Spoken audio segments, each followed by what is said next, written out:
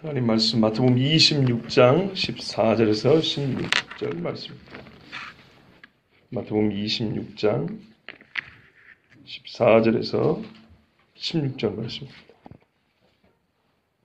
이 짧은 말씀이 세 절 함께 읽도록 하겠습니다. 14절부터 있습니다. 시작.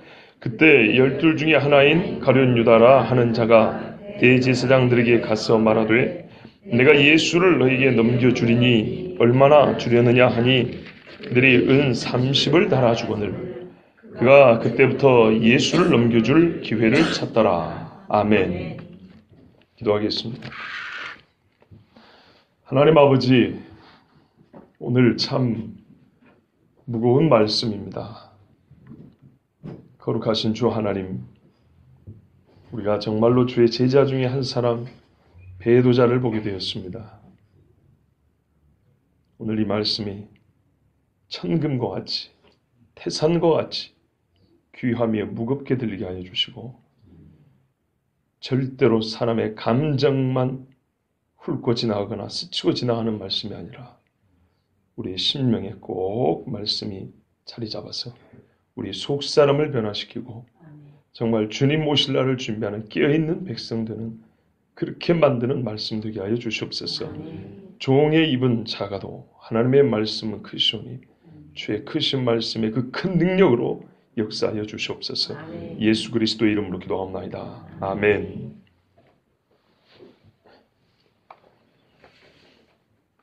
그때 그랬습니다. 예수님 앞에 가장 아름다운 일, 나에게 좋은 일이라고 해요. 예수님이 일생에 사시면서 나에게 좋은 일이라고 하는, 사실 그런 일이 얼마나 될까요? 그런 일을 막 겪은 그때입니다. 만약에 이 식사가 저녁 식사였다면 유다가 그날 밤에 예루살렘으로 올라가서 남모리에 올라가서 대제사장들을 만났다는 얘기냐? 좀 어려울 수도 있다 봅니다. 왜냐하면 고대 세계에서 밤문화라는 것은 요즘하고 다르기 때문입니다. 대제사장들이 밤에 이렇게 쉽게 아무나 이렇게 만나준다거나 이러지는 않습니다. 그 말은 무슨 말이냐면 그때 유다가 뭔가 일을 했는데 이 일이 시간적으로 근접하긴 하지만 바로 직후라는 말은 아닐 수 있다는 얘기입니다. 밥 먹다 말고 뛰어나갔다. 이건 아니라는 얘기죠. 밥 먹다 말고 뛰쳐나간 거는 예수님의 마지막 만찬 때 이야기고 오늘 이야기는 향유 부은 여인에게 예수님이 칭찬을 하고 그 여자를 괴롭게 한 제자들을 책망하고 그 일과 바로 연이어서, 즉 무슨 말이냐면 유다에게 있어서는 이 사건으로 말미암아 뭔가 마음에 작동이 일어났다는 얘기죠. 그래서 그 사건으로 말미암아 직접적으로 상관이 있어 유다의 심경이 뭔가 변화가 일어나고 행동이 야기됐다는 얘기입니다. 시간이 곧 지금 당장이 아니더라도 이해되시죠? 오늘 밤 밥 먹었으면 내일 낮에 뭐 중간에 다른 일이 낀 게 아니고 그러니까는 향유 부은 사건과 유다가 예수님을 팔기로 작정한 사이에 다른 일이 끼지는 않았다는 얘기입니다. 이 일 때문에 유다는 뭔가 작정하게 됐어요. 이 300데나리온에 달하는 향유를 예수님께 붓고 이거를 본인이 책망을 하기 시작했는데 제자들이 덩달아 함께 있고 뭔가 괜찮았는데 예수님이 갑자기 여인을 높이고 자기와 제자들을 예수님이 책망을 했단 말이죠. 이때 뭔가가 뭐겠어요? 마음이 상한 거죠. 그래서 이 일로 말미암아 직접적으로 상관이 있어 결과적으로 예수님을 팔게 됐다 이런 뜻입니다. 그러나 이것만이 예수님을 판 유다의 마음을 전부를 설명해 주는 게 아닙니다. 그러나 어쨌든 이게 결정적 동력을 제공하는 원인이 됐다 이런 말. 바로 그때입니다. 12 중에 하나인 가룟 유다라 하는 자라 그러죠. 오늘 절수가 짧기 때문에 차근차근 보겠습니다. 길면은 이렇게 보기 어려운데 짧으니까요. 12 중에 하나. 그러면 왜 그냥 제자 중 하나 안 하고 12 중에 하나 그랬을까요? 그 많은 사람 중에 12는 예수님이 택하여 불렀다 그랬어요. 그렇다면 하나님의 아들 예수님을 가장 지근거리에서, 아니죠, 동거한 사람, 예수님의 말씀을 들어도 그 누구보다 많이 들었을 것이고, 같이 식사를 해도 그 누구보다 많이, 고생할 때도, 예수님이 핍박을 당할 때에도, 예수님이 행하는 기적도 들어서 하는 게 아니고 예수님과 함께 경험한 사람들이란 말이에요. 그 열둘이에요, 열둘. 열둘을 둘을 짝지어서 예수 이름으로 귀신을 쫓는 권세도 주시고 병을 고치는 권세를 주시고 보냈단 말이죠. 바로 그 12명이에요. 가장 영적으로 귀한 복을 받는 자리에 있는 사람들이었어요. 지난주에도 그랬습니다. 향유 부은 여인은 예수님과 거리로 보면 지리적 거리나 영적 거리로 보나 멀리 있는 사람이라고. 제자들은 훨씬 가까이 있는 사람이라고 했어요. 그런데 진정 누가 예수님을 가까이 가봤더니 설교하는 나도 아니고 교회 앞장서서 일하는 봉사자는 거, 때로 결정적인 순간에 진짜 목을 내걸고 나를 죽여라 하는 사람은 따로 있더란 얘기예요. 3년이 넘는 시간 동안 하늘의 신령한 복이 땅에 거하는 것을 하늘에서 이루어진 같이 땅에서도 하나님의 뜻이 이루는 걸 직접 본 사람, 그 12. 주의 복음을 가지고 누구보다 담대히 외칠 수 있었고 권세를 받았던 그 12. 예수님이 뭐라 하면 너희가 나를 믿으면 배에서 생수의 강이 넘쳐난다 그랬죠. 이 생수의 강을 한 번도 목마르지 않고 늘 마실 수 있었던 그 12명. 왜 12명 중에 하나라고 했을까요? 바로 앞의 사건은 누구도 생각하지 못했던 여자아이입니다. 거꾸로 베드로에 있어서는 누구도 생각하지 못했던 12 중에 하나는 거예요. 그러므로 이 사람은 누구보다도 예수님을 신뢰하고 사랑해야 할 이유가 부족하지 않았어요. 완전히 넘쳐났어요. 그 사람이 누굽니까? 가룟 유다라 하는 자 그랬어요. 가룟 유다. 유다 이슈카리오테 그럽니다. 유다 이슈는 사람입니다. 가리오테 가리옷이라는 동네 사람이다 이런 말입니다. 어떤 사람들은 이렇게 말해요. 이 이를 앞에 빼고 슈카리옷 이걸 해가지고 슈카리오스 하면 뭐냐면요. 칼을 품은 자. 자객 이런 말이 있죠. 예수님을 따른 사람 중에 열심당원 누가 있었다 그랬죠. 시몬이라고 열심당원이 있었다 그랬어요. 이 사람들은 로마를 전복하고 유다 독립을 원했던 사람들입니다. 그래서 칼을 품고 다니는 사람. 그 발음이 비슷해요. 그래서 가룟 유다는 유다, 시카리오스, 칼을 품은 즉 애국지사로서 유다인의 독립을 원했던 열렬한 애국자, 민족주의자 이렇게 유다를 말합니다. 그렇게 말한 이유를 좀 이따 가르쳐 드릴게요. 그러나 원래 말뜻은 그 말 아닙니다. 히브리 말 그대로 유다라 이름하는데 이씨 사람이에요. 가리옷이라는 카리오트라는 동네 출신이다 이런 말입니다. 예, 가버나움 출신 베드로 이런 것처럼 가리옷 출신 사람 유다. 왜 이렇게 불렀을까요? 그렇게 부를 만한 이유가 있었겠죠. 예수님도 나사렛 예수라고 그랬잖아요. 그런 것처럼 지명을 불러서 그 사람을 가리키면 딱 헷갈리지 않냐고 이렇게 알 수 있는 그런 사람이었어요. 또는 가리옷이라는 동네 자체 여러분 처음 들어보죠. 구약 성경에도 들어보기 어려운 이름이란 말이에요. 그렇죠? 그래서 우리에게는 이 말씀의 신빙성을 더해주려고 정말 듣기 어려운 이름인데 굳이 동네 이름을 말할 이유가 뭘까요? 그만큼 자신이 있다는 얘기죠. 서울이라는 얘기하면 다 알아먹겠지만 저 어디 꼴짝이 어디랄까요? 평창이라 그러면 지금이야 다 알지만 200년 전 300년 전 얼마나 알겠어요? 그런데 그렇게 써놨을 때 사람들이 여기가 거짓말 아니야 그러지만 직접 찾아보면 있단 말이죠. 뭐 훨씬 성경이 진짜구나. 그렇게 확인이 되겠죠. 자, 하여튼 가룟이라는 동네에 유다라는 사람이 있었어요. 거기 출신입니다. 이 사람이 예수님을 배신하기로 작정을 했어요. 그래서 대제사장들에게 가서 말했습니다. 재밌죠? 갔답니다. 대제사장들이 지금 하고 싶은 게 뭐죠? 예수님을 잡아 죽이고 싶은 겁니다. 그런데 왜 못합니까? 사람들이 무서워서. 그것입니다. 문제는. 자기들이 어느 정도 힘은 있어요. 그런데 더 큰 힘이 어디 있어요? 사람들이 있어요. 사람들이 무서워서 끙끙거리고 있어요. 그래서 6월짜리는 말자. 사람이 너무 많이 몰리는 이때는 말자. 이러고 있는 상황이란 말이죠. 그런데 유다가 먼저 갔어요. 참 여러분 재밌죠? 배도가 말입니다. 항상 핍박 때문에 하는 거 아닙니다.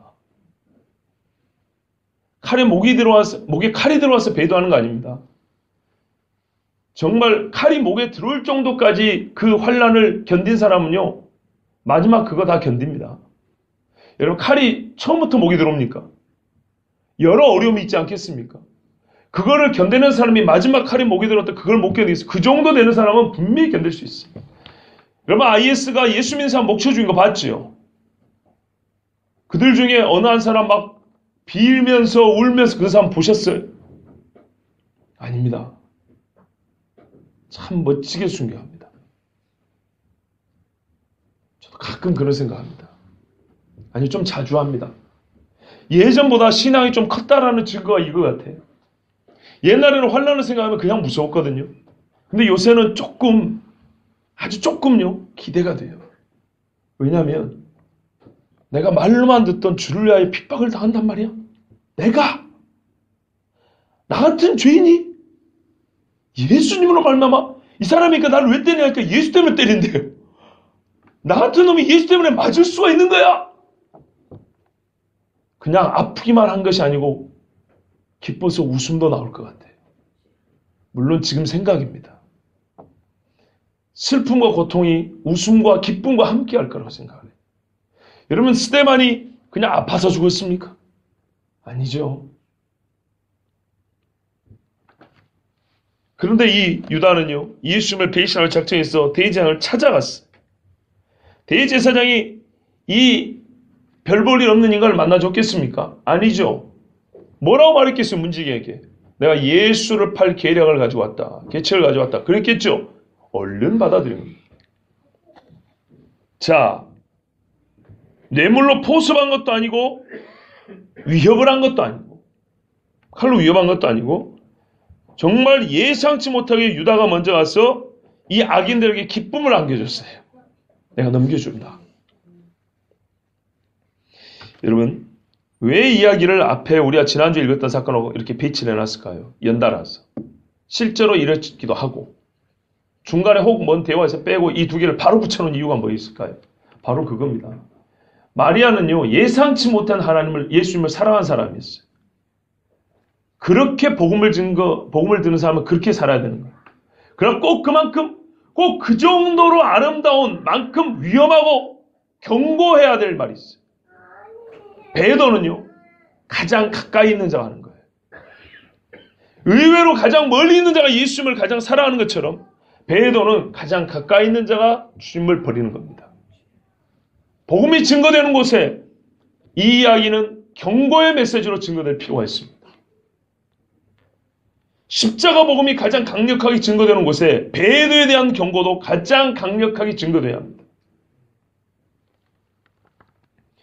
사람들이 신앙 고백을 훌륭하게 하고 그 복음을 연구하고 봉사하는데 마음을 다하면 다할수록 그 사람의 마음이 하나님과 올바른 관계를 맺고 있는지 늘 확인해 봐야 됩니다. 많이 배웠으나 많이 연구하였으나 많은 지식을 쌓았으나 하나님과의 관계, 즉 완전히 거듭나지 않은 사람이라면 그 많이 한 것 때문에 예수님을 더욱 버리게 됩니다. 더욱 교만하게 교회를 핍박하게 됩니다. 만일 유다가 사도가 아니었다면, 제자 중 12 그 중에 하나가 아니었다면 대제사장은 유다의 말을 믿어주지 않았을 겁니다. 유다가 예수님을 가까이 모셨던 12 중에 하나가 아니었다면 이 대제사장의 무리는 유다를 맞아주지 않았을 거고 좀 있으면 보지만 그에게 은30을 다 놔주지 않았을 겁니다. 뭐 한다고 그 말을 돌주겠어요? 그러나 유다는 사도의 신분을 가지고 하나님 앞에 존귀 여김을 하는 그 12 중에 하나인 사도요 예수님의 제자요 친구라는 그 신분을 가지고 예수님을 팔아먹었습니다.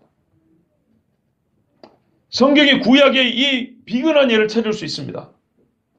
아히도벨이 있습니다. 물론 다윗이 배신했습니다. 다윗이 그의 친구 아히도벨이 있습니다. 그 아들이 누구냐면 엘리암이라는 사람입니다. 엘리암. 엘리암은 다윗의 37용사 중에 한 사람입니다. 그 딸이 누구냐면 바세바요. 손녀 사위가 우리아입니다. 아이도벨은 다윗의 모사입니다. 친구입니다. 천재입니다. 천재. 지략가란 말이요. 제갈공명처럼. 당대 성경에 말하면 아이도벨의 말은 하나님의 말과 같이 들렸다 했어요. 그렇게 엄청난 지략가입니다. 아이도벨의 아들이 누구라고요? 엘리암인데 다윗의 37용사 중에 한 사람이고 그의 딸이 바세바요. 바세바는 아이도벨의 손녀입니다. 그 남편이 우리아입니다. 역시 37용사 중에 한 사람입니다. 다윗의 37용사 중에 둘이나 아이도벨의 아들과 손녀 사위란 말이에요. 그래서 압살롬이 다윗을 배신했을 때 아이도벨은 압살롬 편에 섰어요. 그리고 뭐라 그랬습니까? 당신의 아버지가 남겨둔 첩 10명을 성벽에다 장막을 치고 10명을 가늠하소서. 그 계략을 세운 사람이 아이도벨이에요. 친구. 왜 그랬죠? 다윗이 먼저 친구를 버렸잖아요. 친구의 손녀딸을 가늠했잖아요. 친구의 손녀 사위를 죽였잖아요. 그래서 아이도벨은 됐다 하고 나는 당신 안 본다고 고향에 가 있었어요. 그 천재가 고향으로 가버렸더만 다윗 곁을 떠났단 말이에요. 압살롬이 그걸 알고 나중에 모셔옵니다. 자기 모사로 삼습니다. 친구가 배신하고 친구가 배신하고. 물론 하나님의 은혜 가운데 하나님은 그 아이도벨의 계략을 패하셔서 후세라는 또 다른 지략가의 말을 사람들이 듣게 하여 다윗을 살려주셨습니다. 하나님의 은혜가 진짜 크지요. 만약에 하나님이 이렇게 안 살려주시면 아이도벨의 계략은 성경이 분명히 있어요. 하나님의 말과 같이 들렸다 그랬어요. 그날 다윗은 죽는 겁니다. 그런데 아이도벨이 얼마나 천재냐. 자기 말이 받아들이지 않자 2번 말할 필요 없다. 이건 게임 끝난 거로 지가서 자살을 죽었다 그랬어요. 그만큼 똑똑한 사람이 아이도벨입니다. 근데 얼마나 안타깝게 됐습니까? 다윗이 친구를 배신하고 그 아이도벨 친구는 또 다윗을 배신하고. 여러분, 유다가 사도가 아니었다면 오늘 말씀의 배신자의 이름으로 들어가지는 않았을 겁니다. 주의하십시오. 하나님과 가까이 있고 하나님께 귀한 직분을 받았고 능력을 받고 귀히 쓰임을 받은 사람일수록 극히 경계해야 합니다.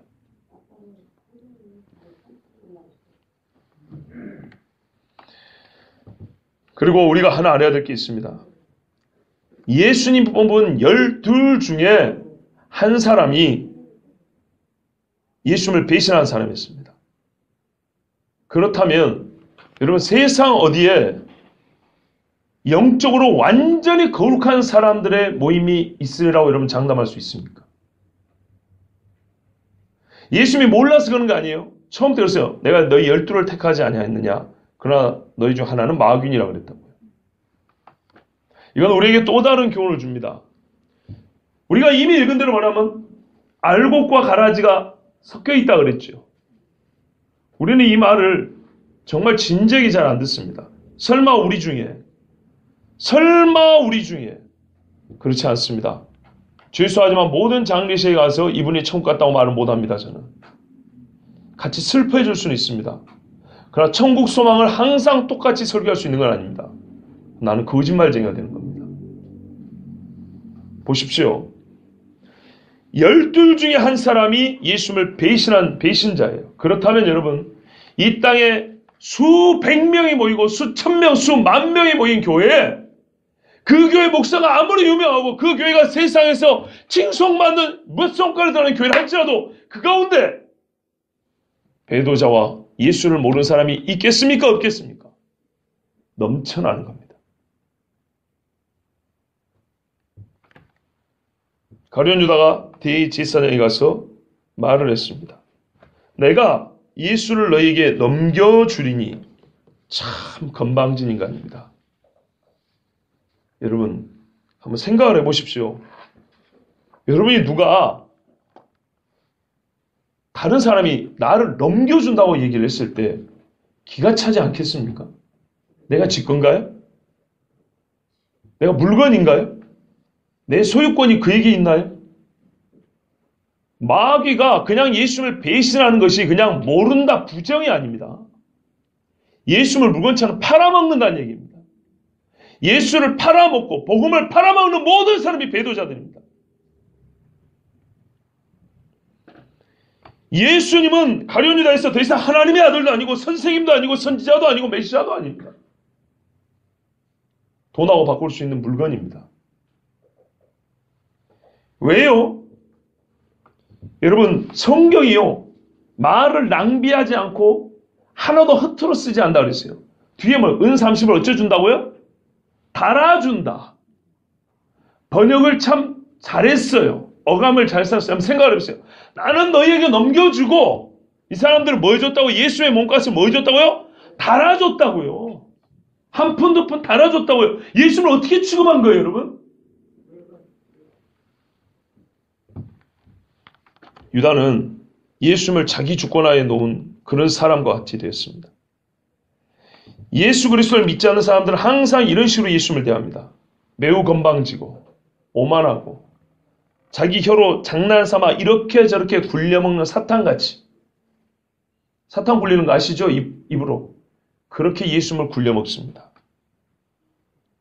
넘겨주리니 사람들이 예수님을 선자로 알고 있기 때문에 명제를 잡으면 폭동이 일어날까요? 하지 말자고 했던 사람들입니다. 그러니까 이 넘겨준다는 말에는 뭐가 있어요? 안심하고 잡을 수 있도록 도와준다는 얘기입니다. 지금 때가 가까이 오고 있지 않습니까? 사람들의 눈에 띄지 않게 별다른 저항을 염려하지 않고 정확한 타이밍을 잡아서 몰래 예수님을 잡아갈 수 있을 정도로 내가 정말로 그 타이밍을 잘 잡아서 알려주겠다. 그 상황을 포착해서 알려주겠다. 이런 말입니다. 그래서 여러분 16절에 이렇게 됐죠. 찾더라. 맞죠? 찾더라. 왜요? 예수님 옆에는 항상 사람들이 많았거든요. 눈여겨보지 않으면 알 수가 없어요. 가까이 있지 않으면 기회를 포착하기 어려워요. 자, 이렇게 흥정을 시작했습니다. 얼마나 줄였느냐. 정말 기가 막힌 일이에요. 예수님을 넘겨준 이유가 뭐 때문입니까, 여러분? 말씀해 보십시오. 예수님을 넘겨준 이유가 뭔가요? 돈 때문이죠. 제가 이 말씀을 설교할 때 여러분에게 주의를 드립니다. 우리 중에 돈이 안 필요한 사람 아무도 없어요. 저도 필요하고 여러분도 필요하고 어떤 일은 좀 지혜롭게 사용하지 못해서 더 필요하고 어떤 일은 또 좀 의로운 일을 하자니 더 필요하고 어떤 일은 남을 돕자니 더 필요하고 어떤 일은 좀 실수해가지고 그걸 좀 메꾸자니 필요하고 여러 가지로 필요합니다. 그런데 여러분 우리 중에 안 필요한 사람 없을 정도로 다 필요하거든요. 그러면 꼭 이런 설교 듣고 나면 그러면 내가 뭐 돈 때문에 예수님 배신한다 소리 이렇게 듣지 마세요. 제발 그렇게 정말 못된 심보로 듣지 마시고 아하 그런 것이구나. 예수님을 배신한다는 것이 대단한 무슨 사상이나 신념이 있어서 그런 게 아니구나. 예수님이 우리에게 실제로 뭔가 섭섭하게 해줘갖고 내가 예수님을 원망할 만한 일이 있어 그런 게 아니고 사실 가만 보면 별것 아닌 돈 때문이구나. 우리가 마지막에 환난을 당하면서 신앙을 버리는 게 결국에는 뭐 엄청 막 고통을 당해서 막 배신한 것 같지만 사실 고통이 오기도 전에 돈 때문에 내 자신이 먼저 신앙을 버리는 거구나. 조심해야겠다. 이렇게 듣는 것입니다. 얼마나 줄였느냐. 예수님의 말씀에 의심이 생겨갖고 이제는 예수님을 따르지 못하겠다 이래서 판 게 아니에요. 예수님의 인격이 참 못마땅해가지고 세상에 이런 못된 사람이 있나. 내가 가까이서 보니까 생각보다 못된 사람이었어. 이래서 예수님에게 정이 떨어서 그런 게 아니에요. 예수님이 하신 말씀을 남들에게는 말하고 지나가지만 우리는 같이 사니까 예수님 말이 딱 거짓말이야. 같이 있어보니까 거짓말이더라고. 이래서 예수님을 고발했던 게 아니에요. 뭐 때문이에요? 돈 때문이에요. 300데나리온 불쌍한 사람 도와주려고 뭐라 했습니까? 아니죠. 그 여자를 왜 뭐라 그랬어요? 그 돈이 탐났단 말이에요. 지난주도 그랬잖아요. 우리는 나도 모르게 그런 생각도 저게 나한테 있었으면 하고 상상이 딱 시작된다고요. 거기서 그냥 멈추면 좋은데 그게 좀 지나가면 어떻게 돼요? 그 선한 일을 한 사람을 괜히 나하고 성화되면 원망하고 미워하게 돼요. 거기다 지나면 어떻게 돼요?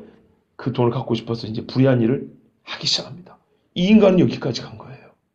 근데 어떻게 돈을 마련해요? 자기 선생님을 팔았죠. 여러분, 이런 일이 우리 주변에 없습니까? 유흥비를 마련하고 아버지를 칼로 찔러 죽였다. 친구를 팔았다. 못 들어보셨어요?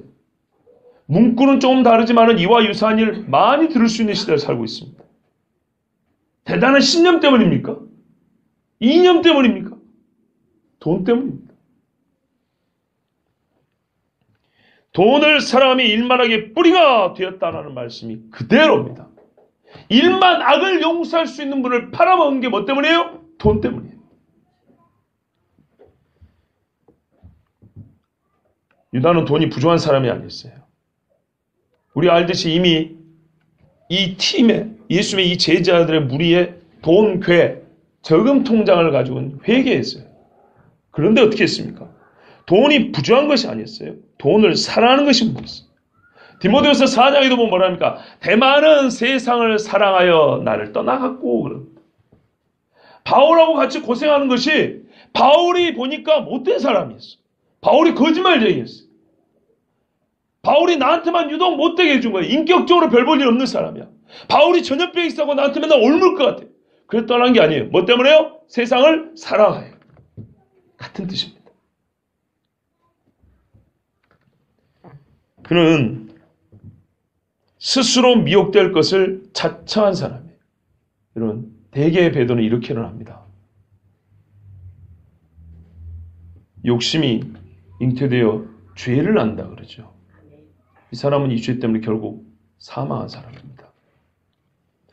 그런데 이런 유다를 세상은 옹호하고 변호하더라고요. 예수님 십자가에 달려 죽으시기까지 유다 이야기는 3번 나옵니다. 오늘 첫 번째이기 때문에 유다에 관한 모든 말씀을 다 전하지는 않습니다. 그러나 불만이 여기 있어요. 저는 세상이 불만이에요. 유다에 관한 책들이 요즘에 많이 나옵니다. 대개 유다를 옹호하는 것들입니다. 옹호하는 이유 중에 하나 뭔지 아세요? 유다복음이라는 책이 있어요. 2000년 만에 드러난 진짜 복음 뭐 이런 거. 도올 김용욱이가 가끔 강의하는 도마복음. 이런 걸 위경이라고 그러거든요. 가짜 문서들입니다. 옛날에 초대교회 신앙인들이 다 밝혀냈던 겁니다. 그래서 폐기한 건데 어디 꼽을 쳐주고 파묻혀진 것이 드러나니까 오랜만에 나온 거는 다 진짜라고 또 생각하고 신뢰하는 그런 못된 경향들이 있어요. 그 도마복음이 어떻게 돼 있냐? 예수는 자기의 메시아 사역을 완성하기 위해서 도마에게 팔아달라고 요청했다. 그래서 가룟 유다는 선생님의 말씀을 순종하여 팔아준 거다. 이런 개, 떡 같은 소리를 하고 있습니다. 개떡은 먹을 수라도 있죠. 여러분, 이렇게 되면 성경은 어떻게 됩니까? 완전 배치되는 거죠. 그러나 많은 사람들은 그걸 더 듣기 좋아합니다. 또는 이렇게 말합니다. 도마는 처음부터 정치적인 메시아를 기다렸다. 그럴 수 있어요. 그래서 자기가 기대했던 건 예수님의 다른 모습이었어요. 로마를 좀 뒤집어 엎을 줄 알아. 이거는 다른 제자도 마찬가지였죠. 그런데 예수님이 뭐라 그래요? 마지막까지 향유 부으니까 내가 죽는다 이래버리잖아요. 여기에 실망했다는 거죠. 이런 유의 이야기들입니다. 이해는 돼요. 이해할 수 있어요. 그런데 여러분, 그렇다고 다른 제자들이 예수님 팔았습니까? 아니죠. 그리고 팔았다고 하면 이렇게 말했죠. 그는 신념의 배신으로 예수님이 그동안에 하신 말씀을 들어볼 때는 우리가 오해하기 딱 좋게 얘기했다는 말이에요. 하나님 나라 이스라엘 하나님의 은혜 때문에 하니까 우리가 오해하기 좋다는 거지. 이 로마에게서 벗어날 수 있는 때를 줄이라고 우리가 그렇게 들었다는 거예요. 그렇게 들을 수도 있잖아요. 영적으로 좀 어린 사람들 그렇게 들을 수 있잖아요. 그랬는데 그것이 아니고 예수님이 죽는다 하니까 이거 실망이다고. 그럴 수 있죠. 이해해요. 그까지는. 그런데 문제는요. 유다는 그래서 신념의 배신 내지는 실망감 때문에 예수님을 팔았다. 이런 말이 아니고 뭐 때문에요? 돈 때문에. 이게 그래서 중요한 거예요. 이 한마디가 너무너무 중요한 거예요. 유다에 관한 뭔가 잡소리 나옵니다. 예수님을 공개하고 예수님 주변 사람들에 대한 이상한 소리를 만들어서 성경의 복음을 왜곡하는 시대입니다. 유다가 예수님이 하신 메시지에 본인의 생각과 달라서 실망할 수는 있으나 성경은 뭐라 그래요? 그 실망감 때문에 판 게 아니고 돈 때문에 팔았다 돼 있어요. 그 실망감은 다른 제자들도 마찬가지였어요. 그래서 제가 그분들에게 이렇게 말합니다. 제발 눈을 닦고 성경을 똑바로 봐라. 그는 처음부터 돈괴를 받고 도둑질을 했던 도적일 뿐 유대 민족을 사랑하는 애국자도 아니고 그렇게 보면 애국자로 만드는 거예요. 유다를. 민족주의자도 아니에요. 무슨 김구 선생 같은 그런 인간이 아니에요. 예? 안중근 의사 같은 인간이 아니라 이 말이에요. 누가복음 22장에 오늘 이 말씀 이 사건을 이렇게 말합니다. 6월절하는 무교절이 다가오매 가까이 오고 있을 때 대제사장들과 세관들이 예수를 무슨 방도로 죽일까 궁리하니 이는 그들이 백성을 두려워함이더라. 12 중에 하나인 가룟이라 부르는 가룟딘 그러니까 가룟 사람이라 부르는 유다에게 사탄이 들어가니 이에 유다가 대제사장들과 성전 경비대장들이 가서 예수를 넘겨줄 방도를 의논하매 보세요. 뭐가 들어갔다고요? 사탄이. 요한복음 13장에는 마귀가 벌써 시몬의 아들 가룟 유다의 마음에 예수를 팔려는 생각을 넣었더라 이렇게 돼 있어요. 그 족보까지 나왔네요. 누가 뭘 넣었다고요? 마귀가 예수 팔려는 생각을 넣었다. 마음을 도둑질해가는 마귀가 유다 속에 들어가 예수님을 팔려는 생각을 넣었다 그랬어요. 그렇다면 유다는 뭘 한 겁니까? 순전히 도적질하는 마음, 꼭 그 마음으로 예수님을 파는 겁니다. 마귀와 사탄의 조종에 놀아난 겁니다. 그 이상도 그 이하도 아니에요. 성경을 무시하고 헛되이 악인을 변호한다면 그 악인을 변호하는 자들에게 주시는 하나님의 심판의 메시지가 여기에 있습니다. 출애굽기 23장 7절에 거짓 일을 멀리하며 무죄한 자와 의로운 자를 죽이지 말라. 나는 악인을 의롭다 하지 아니하겠노라. 잠언 17장 15절에 악인을 의롭다고 의인을 악하다는 이 두 사람은 다 여호와께 미움을 받느니라. 자, 이렇게 가서 유다가 말하니 대제사장들이 어떻게 해줬습니까? 그들이 은 30을 달아주거늘. 아까 달아주거늘 말씀드렸죠. 마가복음 14장 10절 11절에 같은 사건을 이렇게 말합니다. 그들의 감정을 기록해 놓았습니다. 그때 기분. 12 중에 하나인 가룟 유다가 예수를 넘겨주려고 대제사장들에게 가서 감에 그들이 듣고 기뻐하여 그렇게 찾던 순간에 돈을 주기로 약속하니 그래서 언약을 맺었다고 되어 있어요. 얼마로 줬을까요? 은 30으로 언약을 맺었던 겁니다. 은 30의 문제는 단위입니다. 30원입니까? 30만 원입니까? 30달러입니까? 알 수가 없죠. 그러면 유대 사람들이 흔히 쓰는 게 뭐냐면 보통 데나리온 아니면 쉐켈입니다. 쉐켈, 성전세 바칠 때. 성전에 쓰는 단위 쉐켈이에요. 그래서 아마 이거는 데나리온이보다는 쉐켈이 가깝습니다. 그럼 30세겔을 달아줬다는 얘기입니다. 30세겔은 어느 정도 가치냐? 1세겔은 데나리온보다 4배 큽니다. 그러면 1데나리온이면 어떻게 되죠? 하루 품삯이죠. 그래서 향유가 300데나리온이면 거의 쉬는 날 빼면 1년치 품삯이라고 그러죠. 그러면 30세겔이면 데나리온의 4배니까 120데나리온이야 이런 말입니다. 120데나리온. 상당히 큰 액수죠. 상당히 큰 액수지만 이것이 예수님의 몸값으로 가당하기라 한 얘기입니까? 몸값이라는 말 자체가 안 어울리죠. 그런데 이 30셰켈이 뭐냐면 출애굽기 24냐면 종의 몸값입니다. 왕을 종으로 판 겁니다. 그런데 놀라운 건 뭐냐면 예레미야 애가 4장에 보면 정말 여기서 마음이 아파요. 예레미야 애가 4장에 순금에 비할 만큼 보배로운 시온의 아들들이 어찌 그리 토기장이가 만든 질항아리 같이 여김이 되었는고. 하나님은요 패역하고 배신한 유다를 갈대아 군대에게 맡길 때 얼마나 가슴이 아팠냐면 순금, 정금에 비할 만큼 귀한 내 새끼 시온의 아들 예루살렘의 자식들이 어떻게 질그릇같이 되어가지고 이렇게 던져졌단 말이냐. 어떻게 여기까지 왔단 말이냐. 순금에 비할 만큼 귀한 시온의 자식들이. 하나님이 이렇게 말했어요. 그런데 이따구로 하는 거 보세요. 이 시온의 자식들은 자기의 왕을 어떻게 해요? 조홍의 몸값 30세겔을 팔아먹었어요. 우리가 이렇게 해요. 하나님이 우리를 얼마나 귀하게 본지 아십니까? 정말 귀한 사람들이에요. 여러분 일생을 한번 생각해보세요. 나는 너무너무 귀해요. 남 이야기는 좀 감이 떨어지니까 제 이야기만. 제가 저희 집사람한테 가끔 그래요. 자기 눈에 보이나 모르겠다. 난 보인다고 생각해. 보이지. 하나님이 나 얼마나 사는지 보이지. 나는 교만이라면 어쩔 수 없고요. 나는 그런 확신 속에 살아요. 하나님 나를 정말로 예뻐하는구나. 너무너무 사랑해요. 순금에 비할 만큼 귀한 시온의 자식들. 정말로 나를 금보다 귀하게 여기는구나. 나는 그거 알아요.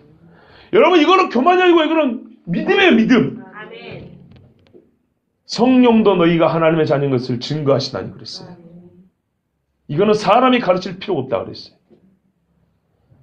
그런데 이 예수님의 제자는 예수님을 은 30에 팔았는데 아시다시피 이게 스가랴 11장 12절에 내 고가를 내게 주고 그렇지 아니하거든 말라. 그들이 곧 은 30을 따라서 내 고가를 삼지라. 내 몸값을 삼았다고 그 목자의 이야기를 하나님이 말씀해 주고 있습니다. 맞아요. 하나님은 자기 뜻을 성취하시려고 누군가를 통해서 예수님을 팔리게 할 수밖에 없어요. 하나님의 섭리입니다. 구원의 섭리입니다. 그러나 유다는 분명히 자기 뜻대로 예수님을 판 거예요. 돈 욕심 때문에. 저가 그때부터 예수를 넘겨줄 기회를 찾더라. 여러분 이 말씀 짧은 말씀이지만 너무 중요한 말씀입니다. 왜 찾아야 합니까? 죄가 있으면 고발하면 되지. 그렇죠? 이제부터 우리가 예수님의 심판, 재판받는 과정을 볼 겁니다. 할수록 예수님의 죄가 없음이 드러납니다. 왜 찾아야지? 고발하면 되잖아요. 내가 보니까 예수가 성전법을 어기더라. 내가 보니까 예수가 사람들한테 돈을 받아먹고 또 괜히 병 났다고 짜고 치는 고스톱이더라. 아 이러면 어떻게 돼요? 고발하면 되잖아요. 근데 뭘 찾아요? 죄의 증거를 찾는 게 아니고 넘겨줄 기회를 찾았다 그랬어요. 즉 사람 없는 때를 찾았다 이런 말입니다. 여기서부터 이제부터 예수님이 악인에게 넘어가죠. 첫 장면에서부터 예수님은 무죄한 자라는 게 증명이 되는 겁니다. 유다가 이후에 한 행적에 대해서 우리는 이렇게 할 수 있습니다. 유다는 이후에도 예수님을 따라다닙니다. 예루살렘 입성 전입니다. 이게. 예루살렘 올라가지요. 마지막 무슨 설교를 들어요? 이미 앞에 들었지만 주님 다시 오실 때 설교를 듣죠. 그렇죠? 화 있을진저 설교를 듣습니다. 모든 설교를 들었지만 유다 마음속에 뭐가 있어요? 팔아먹을 생각, 넘겨줄 생각 이거밖에 없어요. 이제는 유다의 행적과 생각 속에 이 악덩어리밖에 없는 거예요. 시간적으로 보면 이게 앞서고 그 다음에 예수님이 예루살렘 올라갑니다. 호산나 이게 시간적으로는 그 다음이에요. 그리고 우리 앞에 들었던 주님 다시 오실 때 얘기를 유다는 다 들었다는 얘기입니다. 대제와 약조 후에. 자, 그럴 정도 되면 여러분 생각을 해보세요. 회개할 기회가 있습니까? 없습니까? 있죠? 그런데 이 사람은 마귀에 사로잡혀서 그 이후에 주님이 들려주시는 회개의 메시지, 마지막 심판의 메시지를 전부 다 무시했다는 겁니다.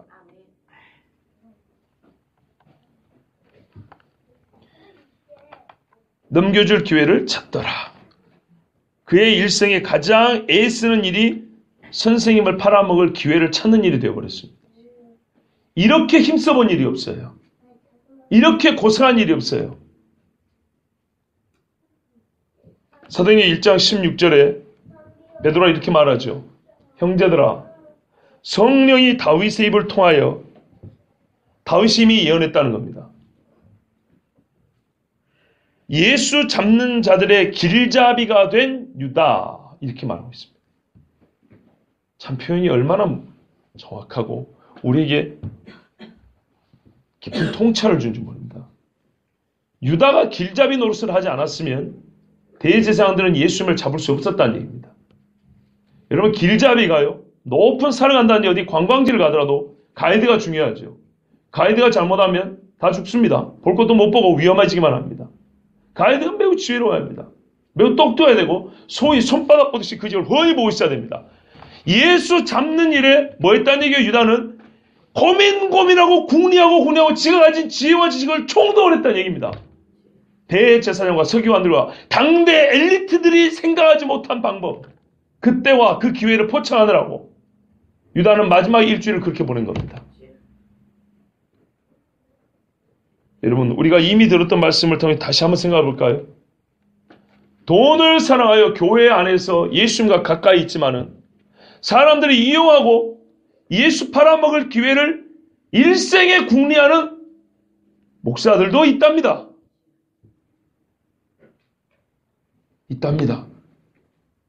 제법 많답니다. 그런 이야기를 제가 많이 해서 이제는 많이 안 하려고 그럽니다. 저번에 주일날 제 친구 목사가 그랬다 하잖아요. 너무 그렇게 적나라하게 얘기하면 약한 성도들은 시험 든다. 그러나 부끄럽지만 이건 사실입니다. 어쩌보면 시험 들도 해야 될 수, 왜요? 12 중에 하나가 이 짓을 했다 안 그럽니까? 수많은 목사 중에 몇 사람이 아니지만 하여튼 상당히 많은 수, 이거는 적어도 12분의 1보다는 많을 거 아닙니까? 일일이 다 말하는 것이 창피해서 다 말을 못합니다. 저 역시도 자유롭지 못합니다. 그래서 여러분, 정말 주의해야 됩니다. 일생에 힘쓴 게 뭐냐 했더니 신학교 가서 공부하고 하는 게 힘쓴 게 아니고 교회 와갖고 어떻게 하면 예수 이름 잘 해갖고 좀 팔아먹어 볼까. 한 가지만 말씀해 드릴게요. 강남의 어느 교회 목사님인데 그 교회에 제법 돈 있는 분이 오면 신방을 가잖아요. 신방 가면 그분은 그런 얘기를 잘 꺼내요. 헌금 좀 많이 하라고. 그래가지고 신앙생활 하다가 목사한테 실망해서 이 교회 목사는 안 된다. 아니다. 그러고 교회를 떠나려고 그러잖아요. 그러면 또 찾아가요. 뭐라 그럴까요? 갈 때 가더라도 한 몇백만 원 헌금하고 가라고.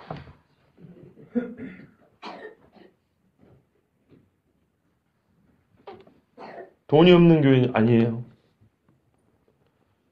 들리는 소문에 그 목사님 아파트가 세 채라고 그랬어요.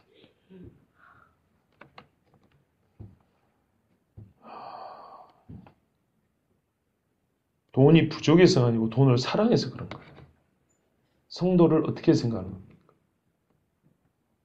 본인들이 하나님 앞에 믿음이 있으면 바치는 거고, 믿음이 적거나 형편이 안 되거나 그러면 좀 기다리면 되는 거고, 없으면 가치 없는 거고 있으면 가치 있는 거고, 그렇잖아요. 그렇다고 또 그게 개인 것도 아니잖아요.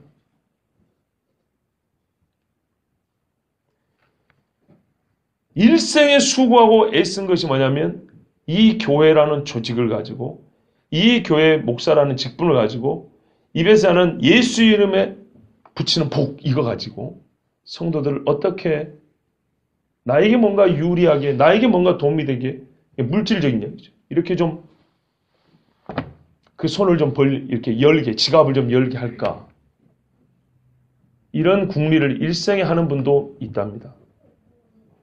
여러분, 그래서 기도해 주셔야 됩니다. 저도 그렇지 않기를. 진짜요. 어떤 분들은 젊을 때 상당히 의로운 소리를 잘했던 분들이 많이 있거든요. 나이 들어 변질된 사람도 꽤 많습니다. 일생에 올곧게 간 사람들도 있고, 가다가 꺾인 사람도 있고, 휜 사람도 있고, 그러지 않기를 여러분 꼭 기도해 주셔야 됩니다. 마귀의 술수를 간파해야 됩니다. 여러분 보세요. 그때부터 예수 넘겨줄 기회를 찾더라. 유다가 언제부터 이렇게 성실했죠? 마귀가 말입니다. 끈을 한 번 더 매기 시작하면 그 도적질하고 싶은 마음에다가, 돈을 사랑하는 마음에다가 어떻게 해요? 돈을 달아줬죠. 30냥 돈으로 고리를 하나 만들었고 몸을 한번 쫙 쇠사슬처럼 메고 나면 이 악한 양심이 선한 양심 못지않게 최선을 다하게 됩니다. 보세요. 악한 자의 양심에도 마귀는요, 맬 수 있는 줄을 갖고 있어요.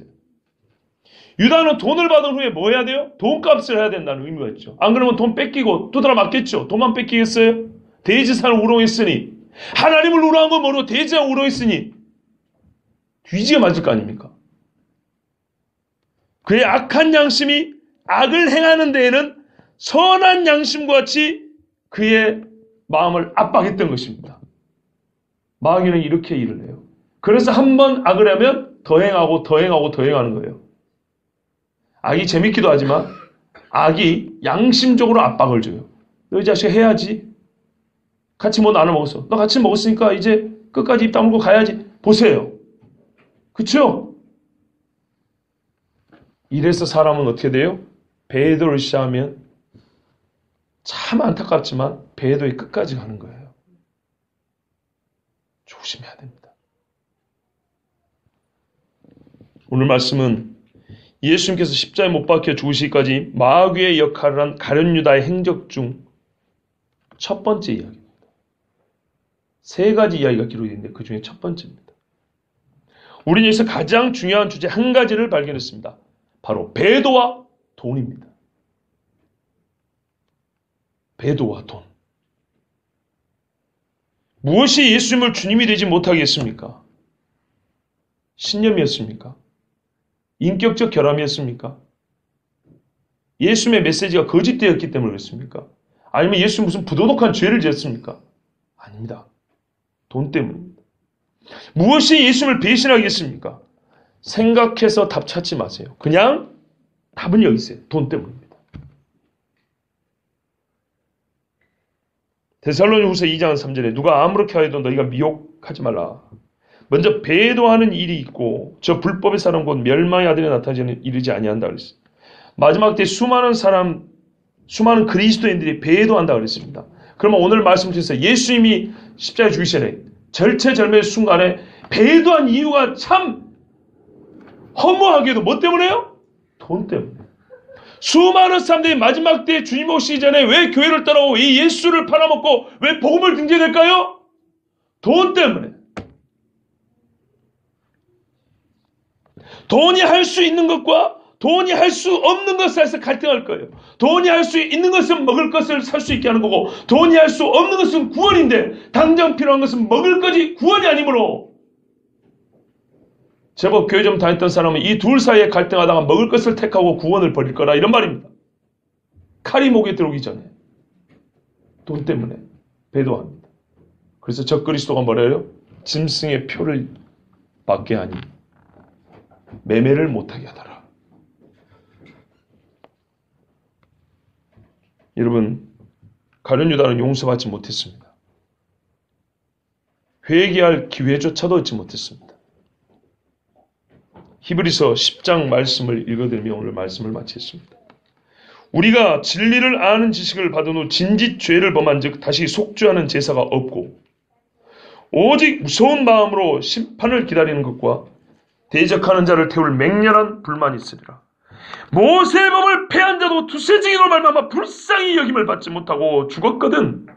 하물며 하나님의 아들을 짓밟고 자기를 거룩하게 한 언약의 피를 부정한 것으로 여기고 은혜의 성령을 욕되게 하는 자가 당연히 받을 형벌은 얼마나 더 무겁겠느냐 너희는 생각하라. 원수 갚는 것이 내게 있으니 내가 갚으리라 하시고 또다시 주께서 그의 백성을 심판하리라 말씀하신 것을 우리가 아노니 살아계신 하나님의 손에 빠져들어가는 것이 무서울진저. 하나님 무서운 줄 알아야 됩니다. 여러분,